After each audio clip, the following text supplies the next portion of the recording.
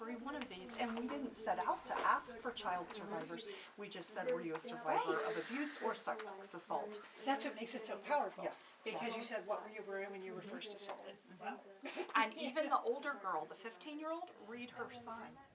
Child sexual assault and sexual assault is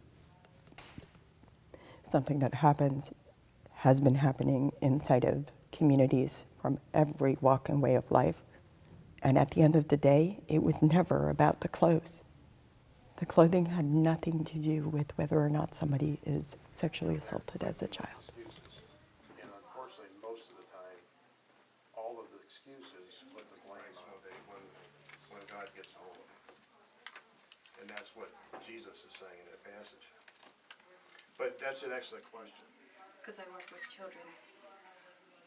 The display came about because people were talking about it on the internet, about how, like, there's all of these clothing displays. Somebody suggested that we should do a plain dressing clothing display. Many of these were very young children, prepubescent children, who actually had no control over their clothing choices. They were wearing what their parents and the church prescribed and wearing them correctly, and were still assaulted.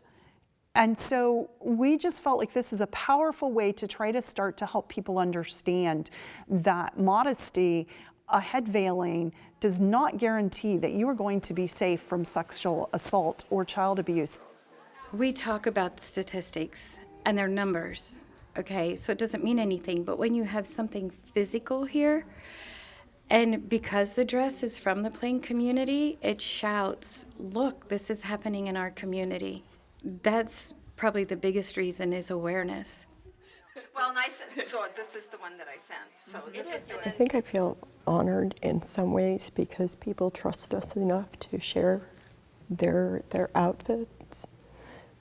But it also feels like really devastating just to look at that and to see and realize and recognize and honor each of their stories. And I just hope that we did justice to their stories that they shared.